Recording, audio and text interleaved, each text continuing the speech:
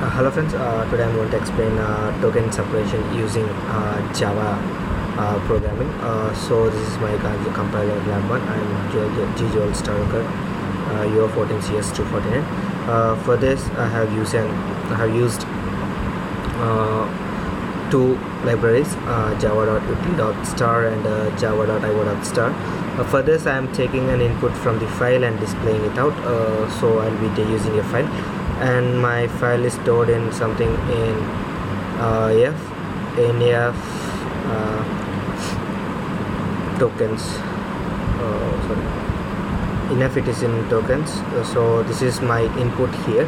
So from this, I'm taking an input. So I'm using the try, catch and exception, because if there is any exception, it goes down straight here and directly goes catch. If there is any catch, I want exception, it will print from stack trace, so it likely prints from the stack state. So this is how I did it.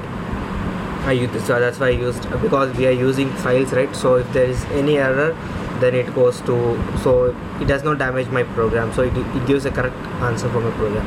So here is things. First I used the string array. For the string array, I used string arrays for storing operators. This is my string array for storing operators, OPTR. Here I use the operators, which all I use it. Then I have used the keywords. What are all the keywords? Like, not complete keywords, like the major keywords which we use regularly, I have declared in keywords. Next I have used punctuations, like what are the punctuations we use while writing the program. The Java program, if you're writing a Java program, what the punctuations will be using, I wrote here. And S is a string. I want to, for rest, I'm storing the string, and P is the punctuation, O is the operators, and N is the numbers I'm storing in different strings.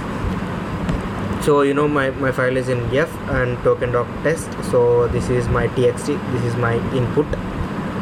So I'm taking it, so I'm using try catch block. So for this, I'm using file input stream FIS, so I'm creating a new object for the file stream, and if it is available, I am reading each character and storing in ch. So if I use it, my first character is I, so it will be reading I, then it will be appended to P.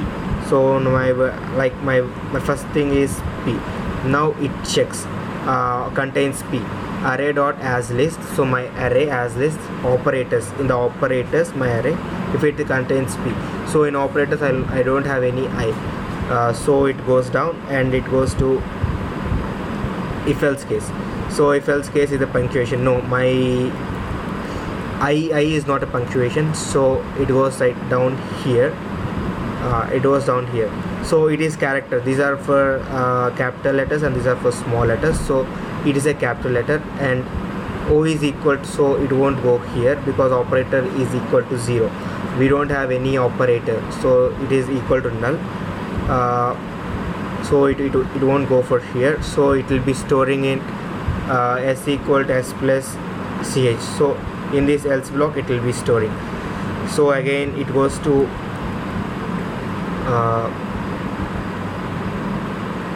this is not an else block, so it directly goes, because I'm using a while loop, it directly goes up here. So directly again, because I'm using a while loop, see, because I'm reading it, if it is greater than 0, if it becomes less than 0, the operators in it goes up.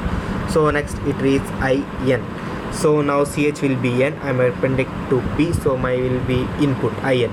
So it is not an operator, so it won't go here, it won't go for an operator list. Then if you go down, it won't go to punctuations also. Then if we still go down, if else, it is a character, so it stores in S plus ch. Now it's an S plus ch, so now is IN, now it's in. So like that wise, if it comes TINT, it will be checking all the operators or the punctuations. It is not an operator, it's not a punctuation, so it stores in yes. Now comes spacebar. So if you go and check directly here,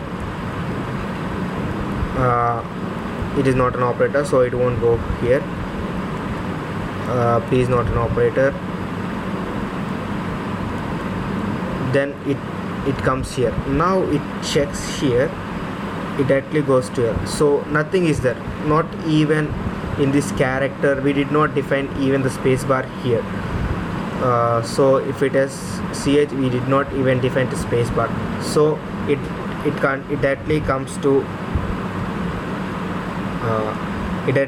else part. Else part if s is not equal to space. So because I'm storing it in a string here, s.sh, s value will be int now. So it is not equal to null. It goes here and checks if it is a keyword, because int we already defined as a keyword, so it is stores as keyword and displays the keyword. So this is how int will be displayed. So now space is also over. Now it checks for a. The a same way it will be stored in yes. Now s value will be a, right? Yeah, now s value will be a. Now it goes down and checks here for every time, like p value will be null. Now p value will be like a single character. Now it goes and checks in the operator. Yes, it's an operator now, right? And now it's an operator. Then it goes and checks yes. S, what is s? Like we have a in the s, so we don't have anything to do with s. So s, so before that we have only a keyword, right? It is not a keyword, right? We did not define a as a keyword, so it won't display as a keyword. Now a will be defined as identifier. A will be defined as identifier, and next thing it will be defined as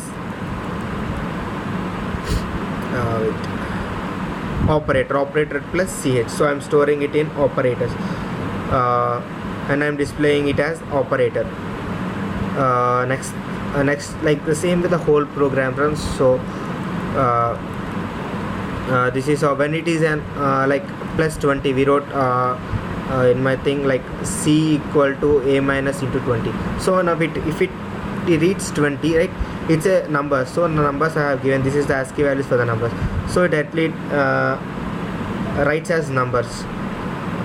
So this is how when before that if anything comes, it displays as numbers and displays. So this is how I run my program. Now I'll just run this program.